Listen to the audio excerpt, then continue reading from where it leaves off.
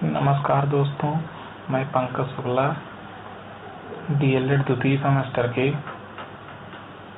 द्वितीय प्रश्न पत्र प्रारंभिक शिक्षा के नवीन प्रयास के अंतर्गत आज हम अपना तीसरा वीडियो आप तक पहुंचा रहे हैं। आगामी परीक्षा की दृष्टि से बहुत ही महत्वपूर्ण बिंदुओं को हमने एकत्रित करके आप तक पहुंचाने का प्रयास किया है। वीडियो को देखिए, वीडियो को लाइक करिए, अपने दोस्तों तक इस वीडियो को पहुंचाने का प्रयास कीजिए और अपनी प्रतिक्रिया को हम तक जरूर पहुंचाइए। आइए देखते हैं, पिछला जो हमारा 2 वीडियो गया था, मैं आशा करता हूं कि आप सभी को अच्छा लगा होगा। आज यह जो टॉपिक है वह प्रारंभिक शिक्षा के संदर्भ में गठित आयोग और समितियों पर, अर्थात हम अपने दूसरे यूनिट में अब प्रवेश कर चुके हैं।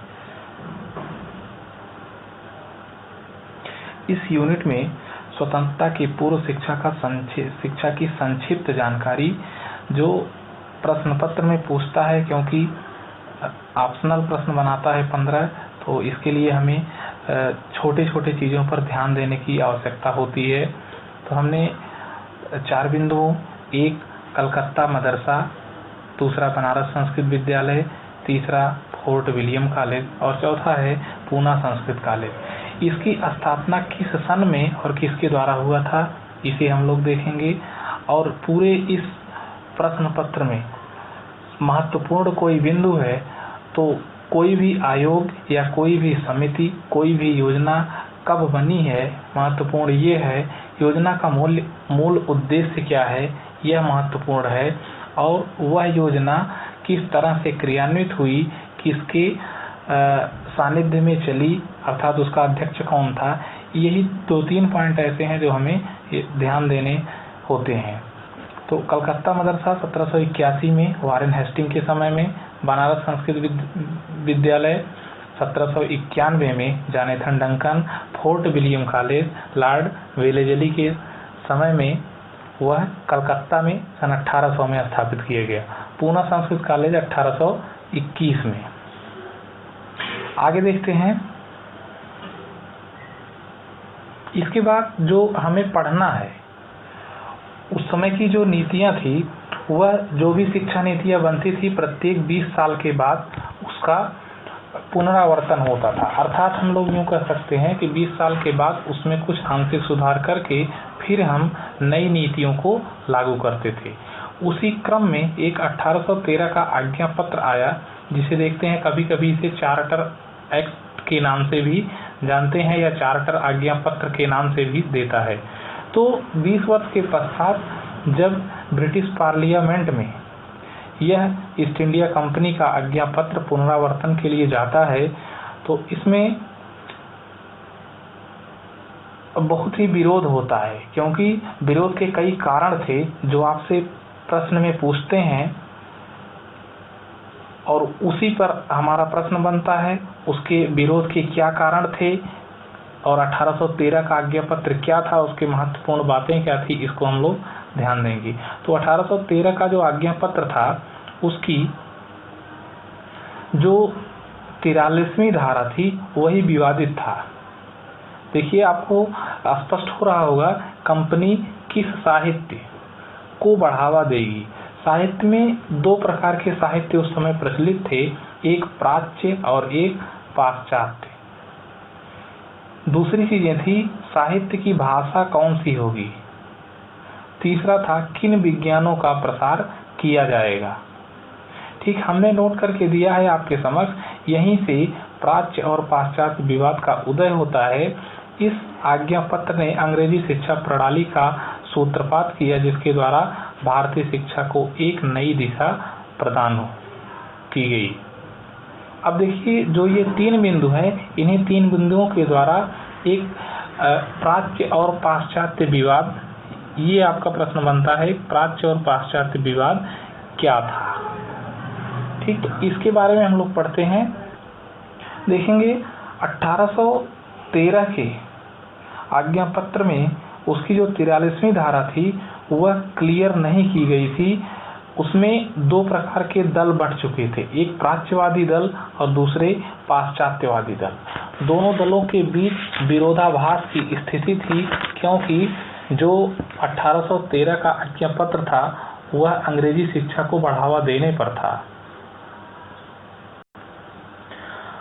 साथ ही साथ उसमें उसका जो 43वीं धारा था, मूल रूप से विवाद का मुख्य कारण वही था। उसमें 3 बिंदुएं दी गई। आपसे पूछता है प्राच्य पाश्चात्य विवाद क्या था, तो आप इस 3 पॉइंट को लिखेंगे कि 1813 के आज्ञा पत्र की 43वीं धारा में इन 3 बिंदुओं की स्पष्ट व्याख्या न होने के कारण प्राच्य और पाश्चात्य विवाद उत्पन्न होता है। पहला, 1 लाख रुपए की राशि का व्यय किस प्रकार हो। अब इस मतलब 1813 के आज्ञा पत्र में कहा गया कि 1 लाख रुपए की धनराशि खर्च की जाएगी, वह प्राच्य साहित्य पर, प्राच्य शिक्षा पर या पाश्चात्य शिक्षा पर खर्च किया जाएगा, इसका उल्लेख नहीं हुआ। भारतीय विद्वान के अंतर्गत किन किन विद्वानों को रखा जाएगा, मतलब क्या अरबी और फारसी जानने वाले को ही भारतीय विद्वान कहेंगे या जो प्राच्य साहित्य था उसे भी जानने वाले को हम भारतीय विद्वान की उपमा देंगे, इसे भी स्पष्ट नहीं किया गया। और जो तीसरा बिंदु था वह है साहित्य शब्द का क्या आशय होगा, अर्थात साहित्य के अंतर्गत किन विषयों को शामिल किया गया। 3 चीजें, एक साहित्य, दूसरा भारतीय विद्वान और तीसरा था 1 लाख रुपए की राशि का व्यय। यह जो विवाद था वह विवाद 1834 तक चलता रहा और 1835 में इसे तत्कालीन governor general Lord William Bentinck के समक्ष निर्णय के लिए प्रस्तुत किया गया। जब उस समय गवर्नर जनरल के समक्ष इस बातों को पहुंचाया गया तो उन्होंने इस पर विचार किया और उस समय जो है विचार किया गया। उसके पूर्व में 1834 में ही लॉर्ड मैकाले, जो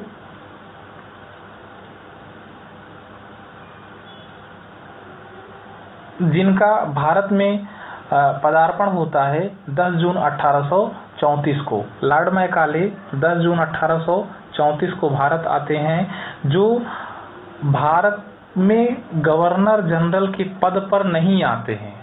प्रश्न यहाँ से उठाता है उलझाने के लिए कि लॉर्ड मैकाले भारत में किस पद पर आया था। तो लॉर्ड मैकाले 10 जून 1834 को वह भारत के गवर्नर जनरल की काउंसिल के कानूनी सलाहकार के रूप में भारत आया था। आप लोगों को दिख रहा होगा दूसरा पॉइंट हमारा, भारत के गवर्नर जनरल की काउंसिल के कानूनी सलाहकार के रूप में भारत आया था। वह पूर्ण रूप से इस विवाद के बारे में अध्ययन करता है और उसके बाद वह अंग्रेजी शिक्षा, अर्थात यूं कह सकते हैं कि पाश्चात्य शिक्षा पर अधिक बल देता है, जिसके कारण लॉर्ड मैकाले के बारे में यदि हम देखें तो वह इन्हीं को ही भारतीय अंग्रेजी शिक्षा का अग्रदूत माना जाता है। यहीं से इंग्लिश स्टार्ट होता है। ठीक, शिक्षा का माध्यम अंग्रेजी बनाने पर पूरा बल दिया था लॉर्ड मैकाले ने और 1813 के आज्ञा पत्र के 43वीं धारा से उत्पन्न प्राच्य पाश्चात्य विवाद का गहनता से अध्ययन किया और इसके बाद 2 फरवरी 1835 को लॉर्ड मैकाले ने एक विवरण पत्र गवर्नर जनरल को सौंपा, जिसे मैकाले का विवरण पत्र कहा जाता है। तो यदि आपसे पूछता है कि मैकाले ने अपना विवरण पत्र गवर्नर जनरल को कब सौंपा, तो 2 फरवरी 1835।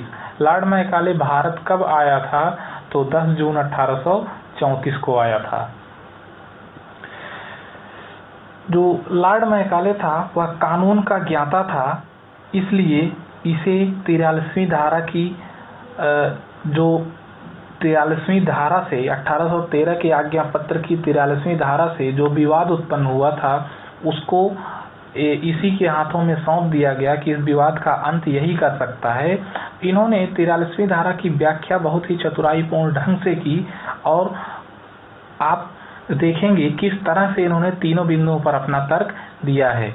इन्होंने बताया कि साहित्य शब्द का जो आशय है साहित्य के अंतर्गत साहित्य अंग्रेजी साहित्य भी आएगा, न कि सिर्फ अरबी और फारसी।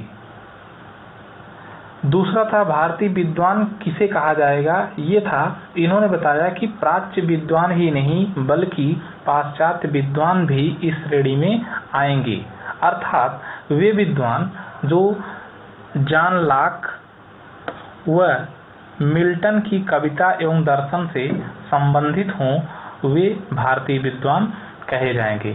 अर्थात जॉन लॉक के विचारों से जिनके विचार मेल खाते हैं, मिल्टन के विचारों से जिनके विचार मेल खाते हैं, उन्हें भारतीय विद्वान की श्रेणी में रखा जाएगा। तीसरा था 1 लाख रुपए व्यय करने के संबंध में इन्होंने अपनी बात रखी है कि इस धनराशि का पर पूरा अधिकार कंपनी अर्थात ईस्ट इंडिया कंपनी का है, वह जिस प्रकार से चाहे उसे खर्च करने के लिए स्वतंत्र हैं।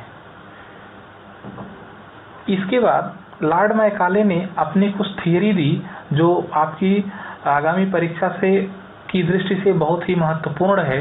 उसमें लॉर्ड मैकाले का निस्यंदन सिद्धांत या छनाई का सिद्धांत कहा गया है, तो इन्होंने ही निस्यंदन का सिद्धांत दिया था। ऑप्शन में देगा तो ऑप्शन में भी बना करके देता है कि निम्नलिखित में से निस्यंदन का सिद्धांत किसने दिया। तो आप पहले जानिए कि लॉर्ड मैकाले ने ही निस्यंदन का सिद्धांत दिया था, या फिल्ट्रेशन थियरी इंग्लिश में बोलते हैं। तो क्या था निस्यंदन सिद्धांत, इसके बारे में देख लेते हैं। निस्यंदन सिद्धांत जो था, इन्होंने बताया कि उच्च वर्ग के लोगों को शिक्षा दी जाएगी जिसका अनुकरण करके निम्न वर्ग के लोग स्वतः शिक्षित हो जाएंगे। अर्थात देख रहे होंगे छोटे से सब लाइनों में हमने इसे समेटने का प्रयास किया। उच्च वर्ग को दी गई शिक्षा कालांतर में निम्न वर्ग तक स्वतः पहुंच जाएगी। इसके अतिरिक्त लॉर्ड मैकाले का जो सोच था वह था, मैकाले के अनुसार इन्होंने बताया कि हमें भारत में एक ऐसा वर्ग बनाना चाहिए जो रक्त व वर्ण से भारतीय किंतु रुचियों, नैतिक आदर्शों व बुद्धि से अंग्रेज हो। सोचिए, अंग्रेजी शिक्षा के लिए इतना अधिक बल इन्होंने दिया था।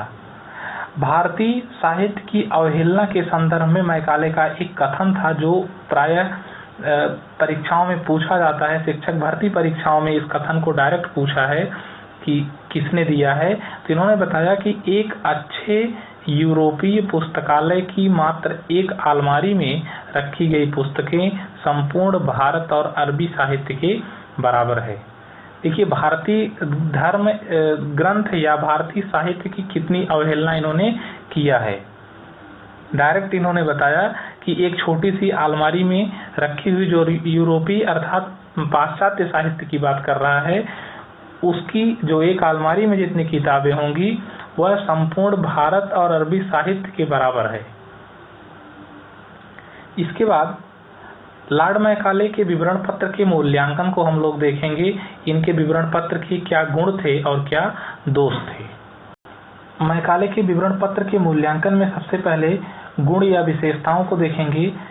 तो प्राच्य पाश्चात्य विवाद के विषय में चतुराईपूर्ण सुझाव दिया। पाश्चात्य साहित्य का यह वकालत करता था।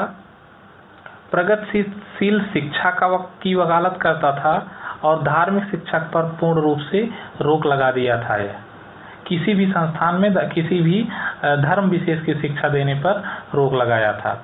दोष के अंतर्गत